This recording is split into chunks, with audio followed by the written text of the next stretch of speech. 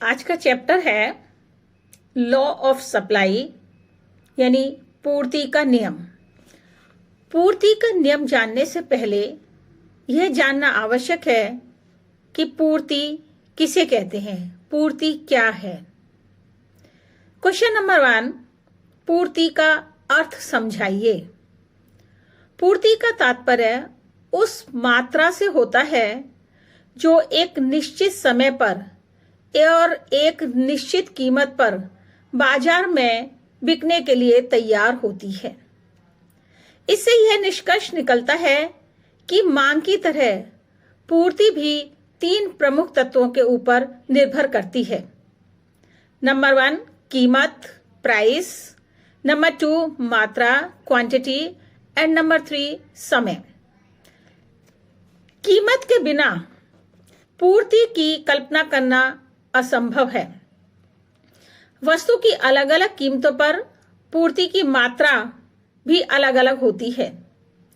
उदाहरण के लिए 25 रुपये प्रति किलो के हिसाब से एक विक्रेता 100 किलो गेहूं बेचने के लिए तैयार है, लेकिन अब वस्तु का मूल्य 25 रुपये के स्थान पर 28 रुपये हो जाता है, तो विक्रेता 150 किलो गेहूं बेचने के लिए तैयार हो जाएगा, क्योंकि उसको वहां पर 25 रुपए की बजाय अब 28 रुपए अपनी वस्तु की कीमत प्राप्त हो रही है, इसलिए वो 150 रुपए पर बेचेगा। यानी कि वस्तु की कीमत के बढ़ने पर वस्तु की पूर्ति बढ़ जाएगी और वस्तु की कीमत के घटने पर वस्तु की पूर्ति भी कम हो जाएगी। प्रोफेसर बेनहम ने इसको डिफाइन किया।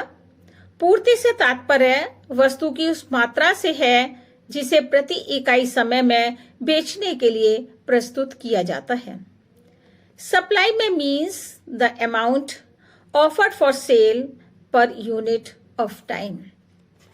सर मेयर्स ने कहा, पूर्ति से हमारा अभिप्राय वस्तु की उन विभिन्न मात्राओं से है जिसे विभिन्न संभावित कीमतों पर एक निश्चित समय पर अथवा एक निश्चित समयावधि में बेचा जाता है, लेकिन प्रतिदिन जैसे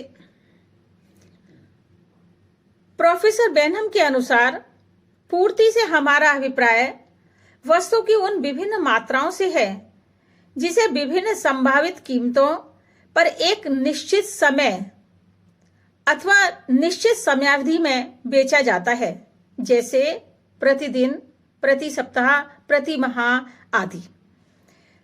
जबकि पूर्ति की दशाएं समान रहती हों, यानी कि पूर्ति में कोई परिवर्तन नहीं होता है, तो पूर्ति एक निश्चित कीमत पर एक निश्चित समयावधि पर मार्केट में बिकने के लिए आती है। We may define supply as a schedule of the amount of a good that would be offered for sale at all possible prices at any one instant of time or during any period of time.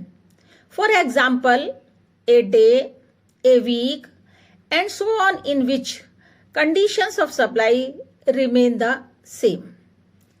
Question number 2. पूर्ति की विशेषताओं का उल्लेख कीजिए। पूर्ति की characteristics.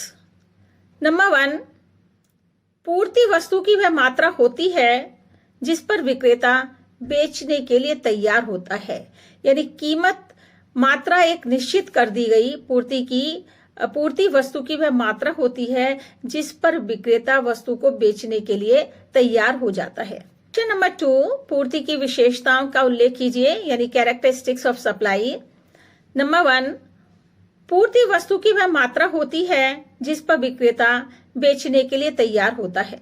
Number 2, पूर्ति की कल्पना बिना कीमत के नहीं की जा सकती है, यानी जब तक कीमत डिसाइड नहीं होगी तब तक उत्पादक उत्पादन कितना करेगा पूर्ति का, यह वो निश्चित नहीं कर सकता है। इसलिए पूर्ति की कल्पना नहीं कर सकते जब तक कि वस्तु का मूल्य निश्चित ना कर दिया जाए। पूर्ति एक निरंतर चलने वाला तत्व है जो एक निश्चित समय अवधि से संबंधित होता है, जैसे प्रतिदिन, प्रति सप्ताह, प्रति माह आदि। पूर्ति और पूर्ति की मात्रा दो अलग अलग चीजें होती हैं। पूर्ति और पूर्ति की मात्रा दो अलग अलग चीजें हैं। पूर्ति का अर्थ है समुची अर्थात कुल पूर्ति यानी टोटल सप्लाई से होता है। दूसरी तरफ पूर्ति की मात्रा से अर्थ होता है कि वस्तु की विशिष्ट मात्रा है जिसे एक फिक्स प्राइस पर, एक निश्चित कीमत पर, एक निश्चित समय पर विक्रेता बेचने के लिए तैयार होता है।